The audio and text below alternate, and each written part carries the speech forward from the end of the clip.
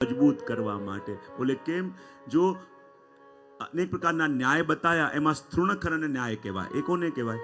એક થાંભલો જ્યારે જમીનમાં ગાળવામાં આવે ને, અને ત્યારે એ થાંભલાને હલાવવામાં આવે તો કોઈને લાગે કે આ થાંભલો કેમ હલાવી રહ્યા છે, કમજોર થશે. બોલે ના, એને વધારે ઊંડો નાખવો હોય તો એને વધારે હલાવવો પડે. એમ ભગવાન પણ જ્યારે જીવનની યાત્રા હોય કે વ્રજની યાત્રા હોય, આપણા ભરોસાને, આપણા વિશ્વાસને પણ હલાવવાનો પ્રયત્ન કરે. આપણને લાગે કેમ હલાવે છે? બોલે ના, એને વધારે દ્રઢ કરવા માટે પ્રભુ પ્રયત્ન કરે છે. અને જુઓ, એટલા માટે જ્યારે વ્રજની યાત્રા પણ હોય તો કાલે આપણે યાત્રામાં મુકામ ક્યાં કર્યો હતો? જોઈ લઈએ કેટલા બેઠા હતા ને કેટલા હાજર હતા. ક્યાં હતા આપણે? જતીપુરામાં. અને જતીપુરામાં શ્રી ગિરાજીના શરણમાં, શ્રી ગિરાજીની સન્નિધિમાં, શ્રી ગિરાજીની ચરણરજમાં આપણે મુકામ કર્યો. અને મુખારવિંદથી નીકળેલી આપણી યાત્રા આગળ દંડવતી શિલા તરફ વધી રહી છે. અને આપણે બધા વહેલા જાગી ગયા છીએ. અને જાગીને જોયું તો વજની એવી સુંદર સવાર થઈ છે. સુંદર પક્ષીઓ ગાઈ રહ્યા છે, ગાયો સુંદર ગાઈ રહી છે, એ જ રીતે મયુરો નૃત્ય કરી રહ્યા છે. અને આપણે આગળ ચાલી રહ્યા છીએ અને એક સાથે બધા વૈષ્ણવ બોલી રહ્યા છે અને કહી રહ્યા છે, શ્રી કૃષ્ણ શરણમ મમ.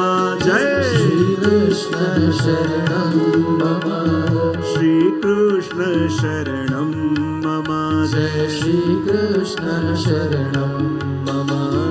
ગલી ગલી ગોવર્ધન બોલે, શ્રી કૃષ્ણ શરણમ મમ.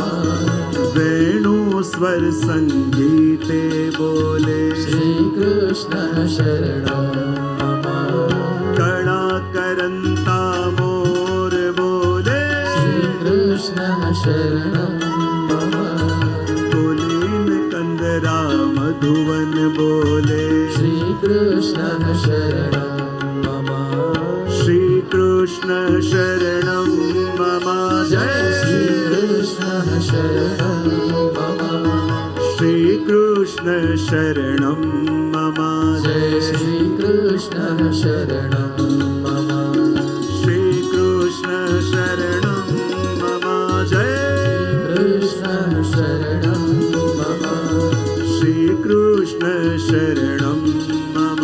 જય શ્રી કૃષ્ણ શરણમ મમ. જય શ્રી કૃષ્ણ શરણમ મમ. જય શ્રી કૃષ્ણ શરણમ મમ. આપણી યાત્રા દંડવતી શિલા પર આવી છે. જ્યારે પણ આપણે ગિરાજીની પરિક્રમા કરવા જઈએ કે યાત્રા કરવા જઈએ તો આ સ્થાન ઉપર દંડવત કરવામાં આવે. બધા દંડવત કરો. આ દંડવતી શિલામાં જતા આવતા અહીંયા દંડવત કરવામાં આવે છે. અને આ દંડવતી શિલા એ સ્થાન છે, કહેવાય ને કે જ્યારે કુંભનદાસજીને પૂછવામાં આવ્યું કે આપને કેટલા પુત્ર છે? હતા 7 પુત્ર, પણ કુંભનદાસજીએ ઉત્તર આપેલો, મારે 1.5 પુત્ર છે. આશ્ચર્ય થયું. બધા કહેવા લાગ્યા, આમને તો 7 પુત્ર છે. અને જ્યારે પૂછવામાં આવ્યું કે કેટલા પુત્ર છે તો કહ્યું મારે 1.5 પુત્ર છે. બોલે 1.5 પુત્ર કેમ? ત્યારે કુંભનદાસજીએ કહ્યું, દીકરા તો ભલે 7 છે પણ પુત્ર તો 1.5 છે. અને 1.5 કેમ? તો કહે કે એક ચતુર્બુદ્ધદાસ કે જે ઠાકુરજીની સેવા પણ કરે છે અને સત્સંગ પણ કરે છે, એ પૂરો પુત્ર. અને બીજા કૃષ્ણદાસજી કે જે ગાયોની સેવામાં એટલા મગ્ન છે, એટલા મગ્ન છે કે ગાયોની સેવાથી અતિરિક્ત એમને બીજું કાંઈ દેખાતું નથી, એ પણ મારા પુત્ર. તો કહેવાય એ જ કુંભનદાસજીના પુત્ર કૃષ્ણદાસ. અને ગાયોની એટલી સેવા કરતા, એટલી સેવા કરતા, ને જ્યારે પણ શ્રીનાથજીની ગાય ક્યાં ચરવા જાય અને ગાયોને ક્યાં કોઈ ક્ષતિ ન થઈ જાય એના માટે એટલા તલ્લીન એ રહેતા. પણ એકવાર શું થયું, જ્યારે શ્રીનાથજીની ગાયોને ચરાવવા માટે વનમાં ગયા અને એ વખતે વનમાં વાઘનો ઉપદ્રવ હતો. અને જ્યારે વાઘનો ઉપદ્રવ હતો અને જ્યારે સંધ્યાકાળ થવા આવી, અને જ્યારે સંધ્યાકાળ થવા આવી અને બધી ગાયોને પાછા લાવવાનો સમય થયો, અને બધી ગાયોને પાછા લાવવાનો સમય થયો, બધી ગાય તો જલ્દી જવા લાગી. પણ કૃષ્ણદાસજી વિચારે અંધકાર થવા આવ્યો છે, પણ એમાં શ્રીનાથજીની એક ગાય જે હતી એ ગર્ભવતી હતી અને ધીમે ધીમે ચાલતી હતી, વધારે ચાલી ન શકે. અને જ્યારે આ ગાયને ધીમે ધીમે ચાલતા જોઈ અને અંધકાર થઈ રહ્યો છે, બધી ગાયો આગળ નીકળી ગઈ છે, પણ આ ગાય ધીમી ચાલી રહી છે. અને કૃષ્ણદાસજીને લાગ્યું કે બધી ગાય આગળ ચાલી ગઈ, આ એકલી શ્રીનાથજીની ગાય પાછળ રહી ગઈ છે અને હમણાં આસપાસ વાઘનો ઉપદ્રવ છે, ક્યાંક કંઈક થઈ ન જાય. માટે ગાયને બચાવવા માટે બધાને આગળ જવા દીધા, પણ પોતે ગાયને સાચવીને જઈ રહ્યા છે. અને ત્યાં સામેની ઝાડીમાં વાઘ ઊભો હતો, જે રાહ જોઈને ઊભો હતો કે જો આ ગાય એકલી છે અને આને મારવામાં હવે કોઈ સમસ્યા નહીં આવે. અને જ્યાં કૃષ્ણદાસજી ડરતા ડરતા ગાયની પાછળ પાછળ ચાલતા હતા કે ગૌ માતા જલ્દી જાઓ, ગૌ માતા જલ્દી ચાલો. અને ત્યાં જ વાઘે એ શ્રીનાથજીની ગાય ઉપર તરાપ મારી. અને જ્યાં ગાયની ઉપર વાઘ કૂદ્યો અને કૃષ્ણદાસજીએ જોયું, અરે આ શું કરી રહ્યો છે?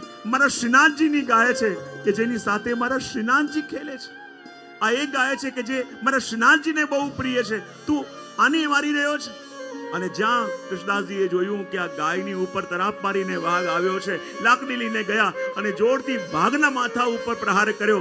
અને જ્યાં વાઘની દ્રષ્ટિ કૃષ્ણદાસજી ઉપર પડી અને ગાયને મૂકી સીધા કૃષ્ણદાસજીની ઉપર વાઘ કૂદ્યો. અને કૃષ્ણદાસજીએ વાઘને પકડી લીધો અને કહ્યું, ગૌ માતા આપ જાઓ, ગૌ માતા આપ જાઓ. અહીંયા વાઘ કૃષ્ણદાસજીને ફાડીને ખાતો રહ્યો. અને કૃષ્ણદાસજી વાઘને પકડીને રહ્યા કે જ્યાં સુધી ગાય ન જાય હું વાઘને નહીં છોડું. અને વાઘે કૃષ્ણદાસજીને આખા ફાડી ખાધા, પણ એ ગાય જતી રહી. અને જ્યારે ગાય જતી રહી અને કહેવાય થોડી વારમાં જ જ્યારે સમાચાર પહોંચી ગયા કે આ કૃષ્ણદાસજી હવે હરિશરણ થયા છે. અને જ્યારે કુંમનદાસજીને સમાચાર મળ્યા કે તમારા પુત્ર કૃષ્ણદાસજી ગાયની રક્ષા કરતા કરતા એમનું મૃત્યુ થયું છે. અને કહેવાય વહેલી વાર કુંમનદાસજીની આંખોમાંથી અશ્રુ આવ્યા, મૂર્છિત થઈને ઢળી પડ્યા. અને જ્યારે મૂર્છિત થઈને ઢળી પડ્યા તો સાધારણ લોકો નિંદા કરવા લાગ્યા, જુઓ તો ખરા બહુ મોટા ભગવદી બનતા હતા, પણ જો આ લૌકિકનો શોક કેવો છે કે કુંમનદાસજી જેવા ભગવદીની આંખોમાં પણ આંસુ આવી ગયા. ત્યાંથી જ ગુસાઈજી પસાર થયા અને કહેવા લાગ્યા, અરે તમે કુંમનદાસજીને શું જાણો? કુંમનદાસજી એટલે નથી રડી રહ્યા કે એમના પુત્રનું અવસાન થયું. કુંમનદાસજી એટલે નથી રડી રહ્યા કે એમના પુત્રને વાઘે ખાઈ દીધું. કુંમનદાસજી તો એટલે રડી રહ્યા છે કે પુત્રનું અવસાન થયું, 16 દિવસનું સૂતક પડ્યું અને શ્રીનાથજીની સેવા છૂટી ગઈ. અને ગુસાઈજી એટલું કહ્યું, કુંમનદાસ ચિંતા ન કરો, તમને પ્રભુના દર્શન કરાવીશું. અને જ્યાં આટલા શબ્દ સાંભળ્યા અને જ્યારે મૃતદેહની અંદર જાણે પ્રાણ પુરાયા હોય એમ કુંમનદાસજી જાગ્યા અને કે કૃપાનાથ, આપના ભક્તોના મનની વાત આપના સિવાય કોણ જાણી શકે? અને જ્યાં ગુસાઈજી કુંમનદાસજીને લઈને આ દંડવતી શિલા પાસે આવ્યા અને જ્યાં દંડવતી શિલા પાસે આવ્યા કુંમનદાસજીને કહ્યું, દર્શન કરો. અને સામે શું દર્શન કર્યું કે એ જ ગાય જે ગર્ભવતી હતી એ ગાય ત્યાં ઊભી હતી અને શ્રીનાથજી બાવા સ્વયં એનું દૂધ દોતા હતા. અને એની પાસે જ કૃષ્ણદાસજી કે જેને વાઘે મારી દીધો હતો, એ કૃષ્ણદાસજી એ ગાયનું વાછરડું પકડીને શ્રીનાથજીની પાસે ઊભા છે. અને જ્યારે આ દર્શન કુંમનદાસજીને શ્રી ગુસાઈજી કરાયા, એના આંખોમાંથી અશ્રુ આવવા લાગ્યા અને કહ્યું, જો આમણે ગાયોની સેવા કરી છે અને શ્રીનાથજીની ગાયની સેવા કરી છે, તો આ ગાય કૃષ્ણદાસજીને તારીને સ્વયં શ્રીનાથજીની લીલામાં અને શ્રીનાથજીની સેવામાં એમને લઈ ગઈ છે. એ અનુભવ ત્યાં કરાયો. અને આ એ જ સ્થાન દંડવતી શિલા છે કે જ્યાં સાક્ષાત કૃષ્ણદાસજીના એ દર્શન કુંમનદાસજીને થયા કે સ્વયં પ્રભુની સેવાની અંદર બિરાજેલા છે. અને ત્યાંથી આપણે થોડા આગળ આવ્યા તો આગળ સ્થાન આવ્યું જેનું નામ છે જાન અજાન વૃક્ષ. શું નામ છે? જાન અજાન વૃક્ષ. અને જાન અજાન વૃક્ષ એટલે શું? જ્યારે ભગવાન રાસમાંથી અંતર ધ્યાન થયા અને ગોપીઓ શોધતી જ્યારે આ સ્થાન ઉપર આવી અને વૃક્ષોને પૂછ્યું, અરે તમે જાણો છો કે પ્રભુ ક્યાં ગયા? ત્યારે કેટલાક વૃક્ષોએ હા પાડતા હોય એમ હલ્યા. તો ગોપીઓ કહે, બતાવો ક્યાં ગયા?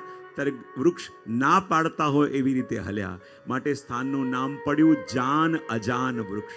કેટલાકે કહ્યું જાણીએ છે, જાણીને પણ બતાવ્યું નહીં. બોલે કેમ? કારણ કે ભગવદ અનુભૂતિ આપણને થઈ છે, તો જ્યારે સામે પણ એવી અનુભૂતિ હોય ત્યારે એ વસ્તુ કહેવાય. માટે જાન અજાન વૃક્ષ. ત્યાંથી થોડા આપણે આગળ આવ્યા તો એ સ્થાન આવ્યું જેનું નામ છે બિલછુ કુંડ. શું નામ છે? અને બિલચુ કુંડ નામ પડ્યું કે જ્યારે સ્વામીજી આ કુંડમાં પોતાનું ચરણ બોળીને બિરાજ્યા ત્યારે સ્વામીજીના પગમાંથી એ વિછીઓ સરી ગયો એ જલની અંદર, અને સ્વામીજી દુઃખી થયા ત્યારે ઠાકોરજી પોતે પધાર્યા અને વિછીઓ કાઢીને સ્વામીજીને પુનઃ પહેરાયો, માટે આ બિલચુ કુંડ પણ નામ પડ્યું. અને જો શ્રીનાથજી બાવાનું પણ મંદિર છે ને, જે જતીપુરામાં શિગરાજીની ઉપર, અને ત્યાં જ્યાં શ્રીનાથજી બિરાજે છે બાજુમાં બારી છે, અને બારીમાંથી સીધું બિલચુ કુંડ દેખાય. અને બિલચુ કુંડમાં બધા શ્રીનાથજીના સખાઓ ખેલતા હોય ને, તો શ્રીનાથજી બાવા ઠાડા બિલચુ કુંડની બારીમાંથી પોતાના સખાઓને જુએ, અને સખાઓ હાસ્ય વિનોદ કરતા હોય તો એ જોઈને શ્રીનાથજીને જોરથી હસવું આવી જાય. શ્રીનાથજી પણ આતુર થાય કે હું ક્યારે રમવા માટે જાઉં. અને એકવાર શું થયું કે શ્રી ગોકુલનાથજી શ્રીનાથજીના શૃંગાર ધરતા હતા. શ્રીનાથજીને શૃંગાર ધરતા હતા, અને જે આ બિલચુ કુંડની બારી છે ને, એ બારીમાંથી તડકો સીધો શ્રીનાથજીના શ્રીઅંગ ઉપર અને મુખારવિંદ પર આવતો હતો. અને ગોકુલનાથજીને લાગ્યું કે આ પરિશ્રમ શ્રીનાથજીને પડી રહ્યો છે, વસ્ત્ર ઢાંકવાનો પ્રયત્ન કર્યો તો પણ તડકો મટ્યો નહીં. તો આપે એવું કર્યું, મિસ્ત્રીને બોલાવ્યો અને કહું કે દિવાલ ઊભી કરી દો કે જેથી તડકો ના આવે અને શ્રીનાથજીને શ્રમ ના પડે. હવે શ્રીનાથજી તો એ બારીમાંથી પોતાના સખાઓને રોજ જોતા. હવે ગોકુલનાથજી ત્યાં બારી સિદ્ધ કરાવી અને ગોકુલનાથજી આગળ પધારી ગયા, તો શ્રીનાથજીએ મોહનાને આજ્ઞા કરી કે જાઓ અને જઈને મારા ગોકુલનાથજીને કહેજો કે આ દિવાલ હટાવી દે જેથી મને મારા સખાઓ દેખાય. ભાગતો મોહના આવ્યો અને શ્રી ગોકુલનાથજીને જઈને કે કૃપાનાથ, 1 મિનિટ આપને વિનંતી કરવા આવ્યો છું. બોલે શું? બોલે શ્રીજીએ આજ્ઞા કરી છે કે મારા શ્રી ગોકુલનાથજીને જઈને કહેજો કે પાછા પધારે અને આ બિલચુ કુંડ વાળી જે બારી છે ને, એ બારીની દિવાલ હટાવી દે. અને જ્યાં આ વાત કરી અને શ્રી ગોકુલનાથજીનું તો હૃદય ભરાઈ આવ્યું, આંખો છલકાઈ ગઈ. મોહનાને લાગ્યું એવું મેં શું કહી દીધું કે શ્રી ગોકુલનાથજીનું હૃદય ભરાઈ આવ્યું? કૃપાનાથ શું થયું? ગોકુલનાથજી કે સાચે કે મોહના, શ્રીનાથજી બાવાએ શું કહ્યું? તો કે શ્રીનાથજી બાવાએ કહ્યું કે મારા શ્રી ગોકુલનાથજીને જઈને કહેજો. અને ફરી ગોકુલનાથજીનું હૃદય દ્રવિત થઈ જાય કે બોલે શ્રીનાથજીએ મારું નામ લઈને કહ્યું કે ગોકુલનાથજીને જઈને કહેજો. બોલે હા, શ્રીનાથજીને મારું નામ પણ ખબર છે. અને જ્યારે એમ કહ્યું કે મારા ગોકુલનાથજીને જઈને કહેજે કૃપાનાથ, હા. અને ગોકુલનાથજીને તો એવો રોમાંચ થઈ ગયો કે શ્રીનાથજી મને મારું કહીને જાણ્યો, પોતાનો જાણ્યો, એનાથી બીજું શું હોઈ શકે? અને કહે કે જ્યારે શ્રીનાથજી બાવા એમ કહેતા હતા કે મારા ગોકુલનાથજીને જઈને કહેજો, એ વખતે શ્રીનાથજીના મુખના ભાવો કેવા હતા? બોલે ભાવો એવા જ હતા જાણે કોઈ પોતાનો નિજ હોય અને પોતાના નિજના માટે કંઈક કહેતા હોય, એવી અનુભૂતિ શ્રીનાથજીના મુખમાં થતી હતી. અને ગોકુલનાથજીનું હૃદય તો એવું દ્રવીભૂત થઈ ગયું. અને કહેવાય ને, આપણે તો આપણા પ્રભુને કહીએ કે પ્રભુ મારા છે, પ્રભુ મારા છે, પણ જે દિવસે આપણા પ્રભુ આપણને કહે કે તું મારો છે, એનાથી વધીને ધન્યતાનો દિવસ બીજો કયો હોઈ શકે? આપણે હંમેશા કહેતા હોઈએ કે આપણા પ્રભુ, પણ કોઈક દિવસ આપણા પ્રભુને જ્યારે એમ કહેવાનું મન થાય કે આ મારો જીવ છે, તો એનાથી વધીને બીજું આ જીવને બીજું શું જોઈએ? એટલે તો ગોપાલદાસજી પણ કહે ને, કરો કૃપા હું કરું વિનંતી, પોતાનો કરી જાણો. પોતાનો જાણે પ્રભુ, એનાથી વધીને બીજું શું હોઈ શકે? પછી બારી હટાવડાવી અને દિવાલ હટાવી અને શ્રીનાથજી પાછા પ્રસન્ન થયા.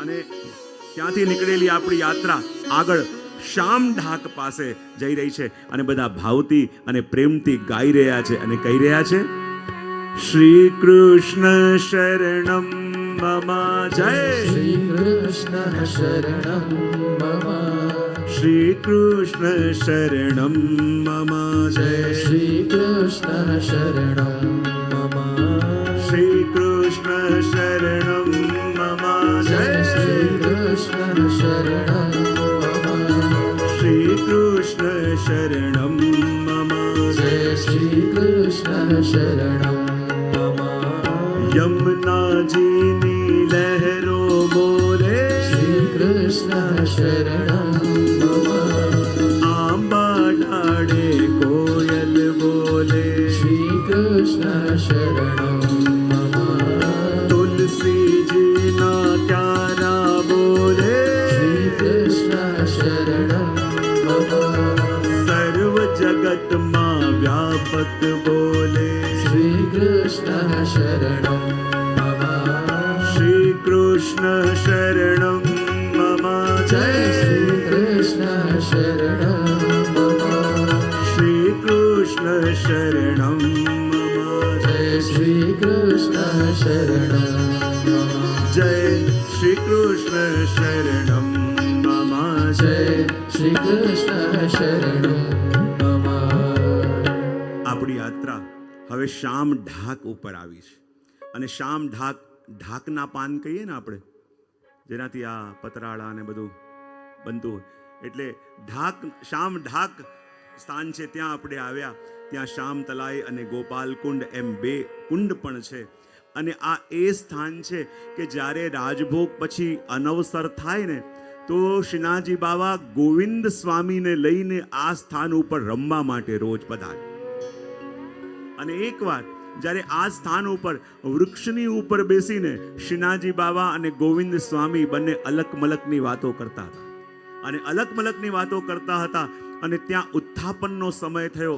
અને જ્યાં શ્રી ગુસાઈજી અપરસ કરી અને મંદિરમાં પધારવા જાય અને ત્યાં જ શંખનાદ થયો. અને જ્યાં શંખનાદ થયો અને શ્રીનાથજીને લાગ્યું, અરે હું તો હજી શામ ઢાકમાં છું અને શ્રી ગુસાઈજી સેવામાં પધારશે અને મને નહીં જુએ તો સમસ્યા થશે, તો કરું શું? તો સીધો વૃક્ષ ઉપરથી છલાંગ લગાવી. અને જ્યાં શ્રીનાથજીએ વૃક્ષ ઉપરથી છલાંગ લગાવી તો આપનું વસ્ત્ર ત્યાંની ડાલીમાં ફસાયું અને ફાટી ગયું. અને જ્યાં નીચે પધાર્યા અને દોડીને ગુસાઈજી પહોંચે એનાથી પહેલા મંદિરમાં પધારી ગયા. અને જ્યાં શ્રી ગુસાઈજી સેવામાં પધાર્યા અને શું જોયું? શ્રીનાથજીનો વસ્ત્ર ફાટેલું છે. અને જ્યારે વસ્ત્ર ફાટેલું છે અને ગુસાઈજી સીધા બહાર આવી ગયા. બધા જ કર્મચારીઓને બોલાવ્યા અને કહ્યું, જરૂર આજે શ્રીનાથજીને કોઈ પરિશ્રમ થયો છે. આજે મારી દ્રષ્ટિ પડી કે શ્રીનાથજીનું વસ્ત્ર ફાટેલું છે, તો એવું શું થયું છે કે એમને પરિશ્રમ પડ્યો? બધા સેવકો હાજર. અને શ્રી ગુસાઈજીને ચેન નથી કે એવું શું થયું કે શ્રીનાથજીને પરિશ્રમ પડ્યો. અને બધાને પૂછ્યું અને ત્યાં ગોવિંદ સ્વામી આવ્યા. અને ગોવિંદ સ્વામીને પૂછ્યું તો ગોવિંદ સ્વામી તો થોડા હસવા લાગ્યા. શ્રી ગુસાઈજી કે મને ચિંતા થઈ રહી છે ને તમે હસી રહ્યા છો? ત્યારે ગોવિંદ સ્વામી કે કૃપાનાથ, આપના લાલાને આપના સિવાય બીજું કોણ જાણે? બોલે શું થયું? બોલે મારી સાથે રમતા હતા ને જ્યારે આપ સેવામાં પધાર્યા અને આપને ચિંતા થઈ કે મારા જવામાં મોડું થશે અને ગુસાઈજી ચિંતા કરશે, માટે કૂદકો માર્યો અને આપના વસ્ત્ર ઝાડીમાં ફસાઈ ગયા અને ફાટ્યા. શ્રી ગુસાઈજી કે હું ન માનું, મને એ ડાલી બતાવો, એ વૃક્ષ બતાવો, એ વસ્ત્રનું ભાગ ત્યાં અટકેલું હોય એ બતાવો. શ્રી ગુસાઈજી પધાર્યા, પેલો વસ્ત્રનો ફાટેલો ભાગ જોયો, એ બરાબર શ્રીનાથજીના વસ્ત્ર સાથે કરીને જોયો કે આ એ જ વસ્ત્ર છે. પછી શ્રીનાથજીના ભાવને જોઈને ગુસાઈજીને સંતોષ થયો કે ના, આ એ જ સ્થાન છે. અને એટલા માટે તો શ્રી ગુસાઈજી માટે પણ કેવો પ્રેમ, કેવો પ્રેમ શ્રીનાથજીને પણ. કારણ કે એકવાર જ્યારે અહીંયા બિરાજતા હતા શ્રીનાથજી અને બધા ખેલતા હતા અને ખેલતા હતા, ત્યાં શ્રીનાથજીને થોડી ભૂખ લાગી અને એક સેવકને મોકલ્યો. અને સેવકને મોકલીને કહ્યું કે જલ્દી જલ્દી મને બહુ ભૂખ લાગી છે ને, તો શ્રી ગુસાઈજીને જઈને કહેજો કે મારા માટે દહીં ભાત સિદ્ધ કરીને લાવે. અને શ્રી ગુસાઈજી પણ જલ્દી જલ્દી અપરસ કરી દહીં ભાત સિદ્ધ કરીને લાવ્યા. અને શ્રીનાથજી ભાગતા ભાગતા આવ્યા અને આવીને આપના ખોળામાં બિરાજી ગયા. અને શ્રી ગુસાઈજી પોતાના હાથે અરોગે ત્યાં વૈષ્ણવ દર્શન કરે છે અને એમને એક સાથે 2 લીલાના દર્શન થયા. અહીંયા શ્રી ગુસાઈજી પ્રભુને અરોગાવે છે અને નંદાલયની લીલાના દર્શન થયા કે પ્રભુ ખેલતા ખેલતા યશોદા મૈયા પાસે આવ્યા. અને યશોદા મૈયા પૂછે, લાલા આજે એક વાત તને પૂછું, બતા. હું પણ તને અરોગાવું છું, તારા શૃંગાર કરું છું, ગોપીઓ પણ તને અરોગાવે, તારા શૃંગાર કરે, પણ મને સાચું સાચું કહે કે તને કોના હાથથી વસ્ત્ર ધરાવા, શૃંગાર ધરાવા અને કોના હાથથી અરોગવું સૌથી વધારે ગમે છે? પ્રભુ કહે, મૈયા હું કહું તો ખરા પણ તું દુઃખી થઈ જઈશ. મૈયા કે દુઃખી નહીં થવું, કે તો ખરા. બોલે કહું તો ખરા પણ મૈયા તું દુઃખી થઈશ. ના નહીં થવું, કે તો ખરા. ને ત્યારે પ્રભુ ત્યાં કહે છે કે ભોગ શૃંગાર મૈયા સુન મોકો, શ્રી વિઠ્ઠલનાથ કે હાથ કો ભાવે. મૈયા મને છે કે એ કડીનું શ્રવણ કરીએ આપણે. ભોગ શૃંગાર યશોદા મૈયા, શ્રી વિઠ્ઠલનાથ કે હાથ કો ભાવે. નીકે નવાય શૃંગાર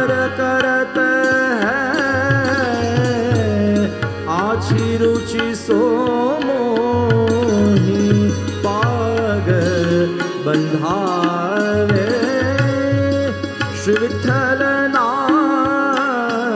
કે હાથ કો ભાવે. પ્રભુ કહે મૈયા જે સુખ મને શ્રી ગુસાઈજી આપે છે એ તો ક્યાંય ન મળે. મૈયા કે એવું શું કરે છે કે જો અહીંયા તું બધા વસ્ત્ર ધરાવે છે, પણ શ્રી ગુસાઈજીના ઘરમાં તો જેમ જેમ ઋતુ બદલાય, મોસમ બદલાય, તો મારા વસ્ત્ર અને શૃંગારનો ક્રમ પણ મારા સુખ માટે થઈને બદલાઈ જાય. મૈયા તું તો અહીંયા દૂધ અને દહીં માખણ સંતાડીને રાખે છે, પણ શ્રી ગુસાઈજીના ઘરમાં તો જે પણ સિદ્ધ થયું હોય એ બધું મારી સન્મુખ કરી દે અને વજભક્તોની કાની આપી મનુહાર કરી મને બધું અરોગાવે છે. માટે ત્યાં મને જેવું સુખ મળે એવું સુખ બીજે ક્યાંય મળતું નથી. એ વાત શ્રીનાથજી બાબા અહીંયા કહે છે. અને ત્યાંથી નીકળેલી આપણી યાત્રા આગળ ગુલાલ કુંડ ઉપર આવી. ક્યાં આવી? ગુલાલ કુંડ ઉપર. અને જ્યારે ગુલાલ કુંડ પર આવી તો રામદાસ ખંભાતવાળા એ જ્યારે ગયા ત્યારે ત્યાં ગુલાલ કુંડ ઉપર એમને ઠાકોરજીના હોરી ખેલના પણ દર્શન થયા. તો આ ગુલાલ કુંડ છે તો એક બે કડી આપણે લાલ ગોપાલ ગુલાલ હમારી આંખીન મેં જીને ડારો છો.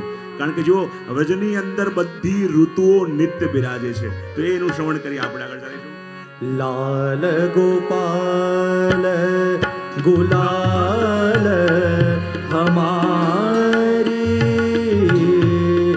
લાલ ગોપાલ ગુલાલ હમારી, આँखिन में जिन डारो जू, बदना चंद्रमा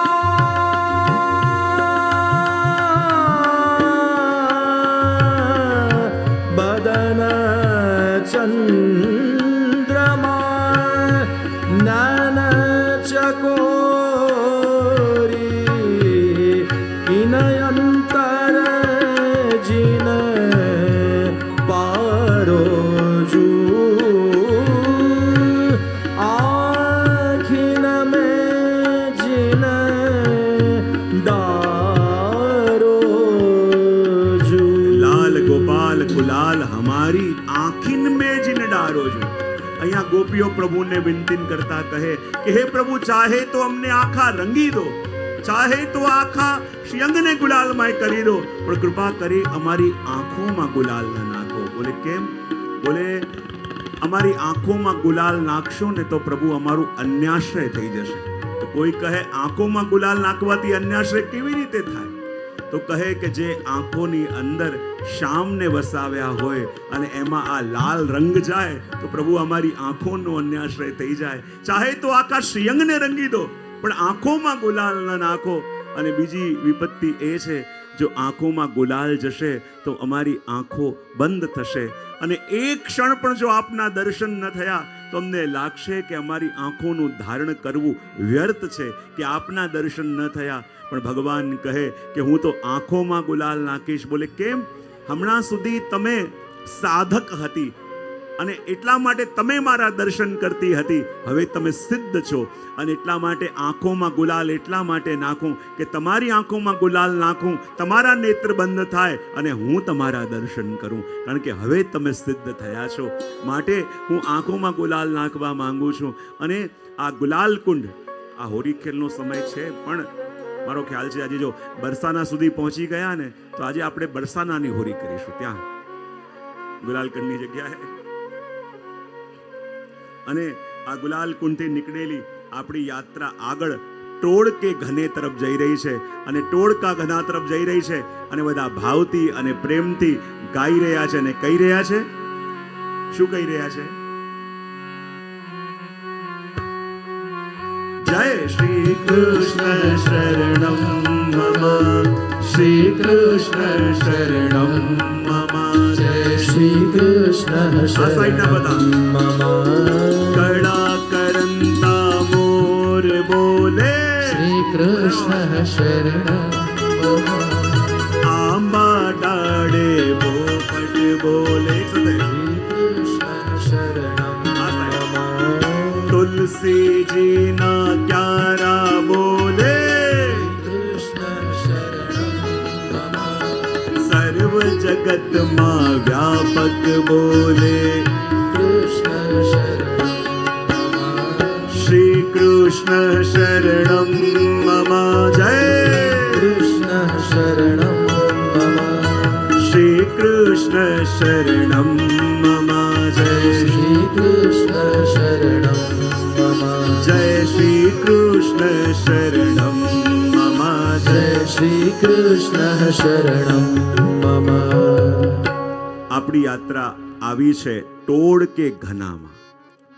આ ટોળ કો ઘનો, ગામ છે ટોળ અને ટોળનો ઘનો એટલે એટલું ગીચ જંગલ કે દિવસના સમયમાં પણ ત્યાં સૂર્યનો પ્રકાશ આવતો નથી.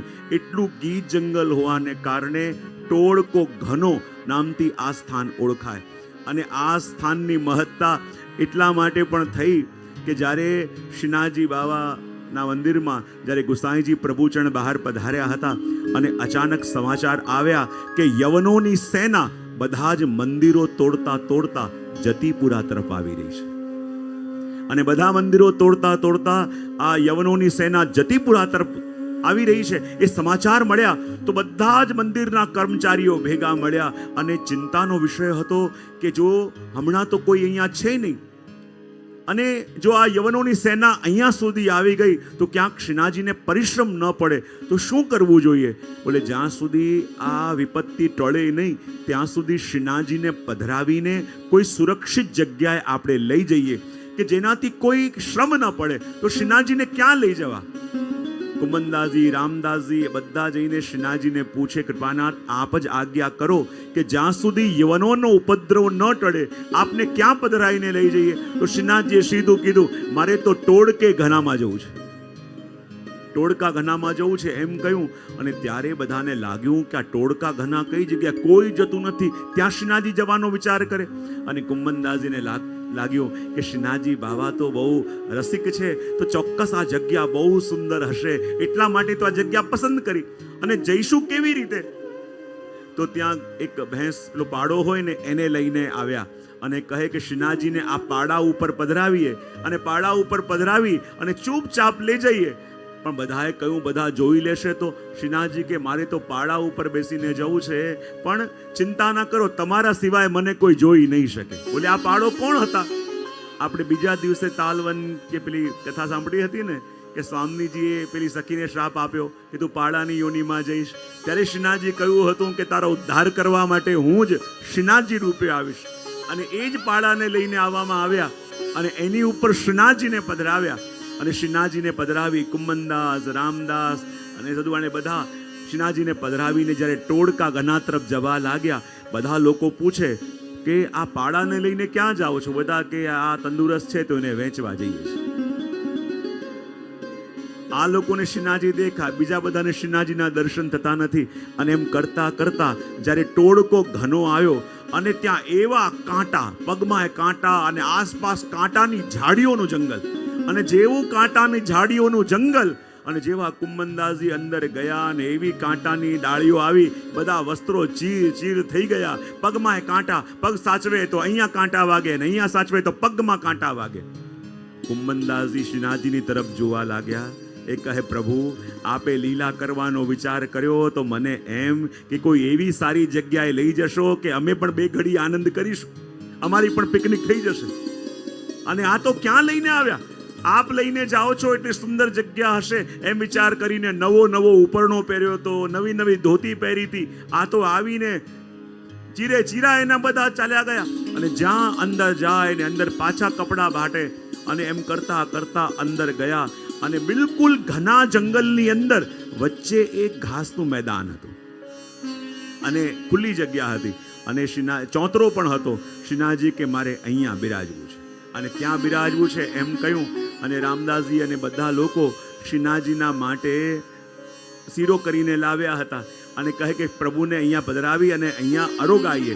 અને પ્રભુને રાજભોગ અરોગાવવાની તૈયારી જ કરતા હતા ને ત્યાં સામે ઝાડીઓ હટવા લાગી. અને જ્યાં ઝાડીઓ હલવા લાગી અને બધા લાકડી લઈને સાવધાન થઈ ગયા કે અમે જોઈએ છે કે કોણ શ્રીનાથજીની ઉપર આક્રમણ કરવા માટે આવે. અને જ્યાં ઝાડીઓ હલવા લાગી અને અંદરથી નાગા સંપ્રદાયના ચતુરા નાગા આવ્યા અને આવીને શ્રીનાથજીને સાષ્ટાંગ દંડવત પ્રણામ કરીને કહે, શ્રીનાથજીનો જય હો, શ્રીનાથજીનો જય હો. બધા ચોંકવા લાગ્યા, આ તો જય જયકાર કરે છે, આ કોણ છે? અને ત્યારે પરિચય આપતા કહું, નાગા સંપ્રદાયનો મહંત હું, ચતુરા નાગા છું. બોલે, અહીંયા તમે જંગલમાં શું કરો છો? બોલે, અમારું ગામ ટોડ છે, ત્યાં આ વખતે બિલકુલ વરસાદ નથી અને લોકો જલના વિના ત્રસ્ત છે. તો હું અહીંયા આ વનમાં તપસ્યા કરવા માટે આવ્યો છું કે પ્રભુ પ્રસન્ન થાય અને અહીંયા વૃષ્ટિ થાય તો ગામના લોકોની પીડા દૂર થાય. અને જ્યારે શ્રીનાથજી બાવા સ્વયં અહીંયા પધાર્યા તો હું પોતાના ભાગ્યની સરાહના ન કરી શકે. બોલે, કેમ? ચતુરા નાગાની આંખોમાં અશ્રુ આવી ગયા અને ચતુરા નાગા કહેવા લાગ્યા કે એ સમયની વાત છે કે જ્યારે શ્રીનાથજી બાવા ગિરિરાજીમાં પ્રગટ્યા હતા, એમનું નવું મંદિર સિદ્ધ થયું હતું. ગામે ગામથી લોકો જ્યારે એમના દર્શન કરવા આવતા હતા, એ વખતે હું પણ મારા ગુરુ સાથે ત્યાં શ્રીનાથજીના દર્શન કરવા આવ્યો હતો અને મનમાં એવી તાલાવેલી હતી કે સ્વપ્નમાં તો શ્રીનાથજી અનેક વાર દર્શન આપ્યા છે, પણ પ્રત્યક્ષ આ નેત્રોથી શ્રીનાથજીના દર્શન કેવી રીતે થાય, એ તાપ મનમાં હતો. પણ જ્યારે મારા ગુરુ સાથે હું શ્રીનાથજીના દર્શન કરવા માટે ગિરાજી ઉપર ચડવા ગયો અને જ્યાં ગિરાજીની પાસે આવ્યો અને ગિરાજીએ મને રત્ન જડિત એમના સ્વરૂપના દર્શન કરાવ્યા અને રત્ન જડિત સ્વરૂપના દર્શન કરાવ્યા અને મેં પગ પાછો લઈ લીધો અને એ જ વખતે સંકલ્પ કર્યો કે શ્રી ગિરાજીએ એમના રત્ન જડિત સ્વરૂપના દર્શન મને કરાવ્યા તો હું પણ પ્રણ લઉં છું કે આજ પછી ક્યારે પણ મારો પગ શ્રી ગિરિરાજજી ઉપર નહીં મૂકું. અને મેં તો પણ લઈ લીધો હતો કે ગિરિરાજીની ઉપર મારો પગ ક્યારે નહીં મૂકું. અને એ પણ નક્કી થઈ ગયું કે શ્રીનાથજી બિરાજે છે ગિરિરાજજીની ઉપર અને મેં પણ લીધું છે કે મારો પગ ગિરિરાજજીની ઉપર નહીં આવે. એનો મતલબ એમ કે આ જીવનમાં મને શ્રીનાથજીના દર્શન ક્યારેય નહીં થઈ શકે. અને જ્યારે પણ રાતે નેત્ર બંધ કરું અને એ જ શ્રીનાથજીની ઝલક મળે અને મનમાં તાપ એ જ થાય કે પ્રભુ બધાને આપના દર્શન થાય, પણ ખાલી આ જીવનમાં મને આપના દર્શન નહીં થઈ શકે. આપ તો બિરાજો છો શ્રી ગિરિરાજજીની ઉપર અને મેં પ્રણ લઈ લીધું છે કે ગિરિરાજજીની ઉપર ક્યારે પગ નહીં મૂકું. અને એટલે આ જીવનમાં મને પ્રભુ આપના દર્શન ક્યારે થશે? એક પણ રાત્રિ એવી નથી ગઈ કે શ્રીનાથજીને યાદ કરીને મારી આંખોમાંથી અશ્રુ ના વયા હોય. પણ જો શ્રીનાથજીની કેવી કૃપા કે જ્યારે ભક્ત પ્રભુના દર્શન માટે વ્યાકુલ હોય ને તો અમારા શ્રીનાથજી બાવા પણ વ્યાકુલ થઈ જાય છે કે હું મારા ભક્તને મળવા માટે કેવી રીતે જાઉં. શ્રીનાથજી કહે, તું મારી પાસે ઉપર ના આવી શકે તો હું તો તારી પાસે આ વનમાં આવી શકું છું. અને યવનોના ઉપદ્રવનો બહાનો કરી સ્વયં શ્રીનાથજી બાવા જ્યાં કોઈ જતા નથી એવા ટોળકા ઘનામાં પધાર્યા અને પધારીને આ ચતુરા નાગાનો મનોરથ પૂરો કર્યો. અને કહેવાય ને, આ ચતુરા નાગા પાસે પધાર્યા અને એ વખતે ચતુરા નાગા ત્યાં સુંદર કંકોડાનું શાક સિદ્ધ કરીને લાવ્યા હતા અને કહે, મારે શ્રીનાથજી બાવાને અરોગ આવવું છે. અને માનભોગ અને કંકોડાનું શાક એ આપણે ત્યાં કયો દિવસ કહેવાય? કંકોડા તેરસ આવે ને એ દિવસે શ્રીનાથજી બાવા ત્યાં પધાર્યા અને એમના મનોરથને આપે સિદ્ધ કર્યું. અને ત્યારે એ સાબિતી થઈ જાય કે જુઓ, અમારા પ્રભુ પણ કેવા છે. અમારા પ્રભુ નવનીત આરોગ્ય છે ને, અને આપનો સ્વભાવ પણ નવનીત જેવો છે. અને નવનીતનો સ્વભાવ કેવો? સામે અગ્નિ આવે તો માખણ ઓગળ્યા વિના રહેતું. બોલો તો ખરા. જ્યારે પણ માખણની સામે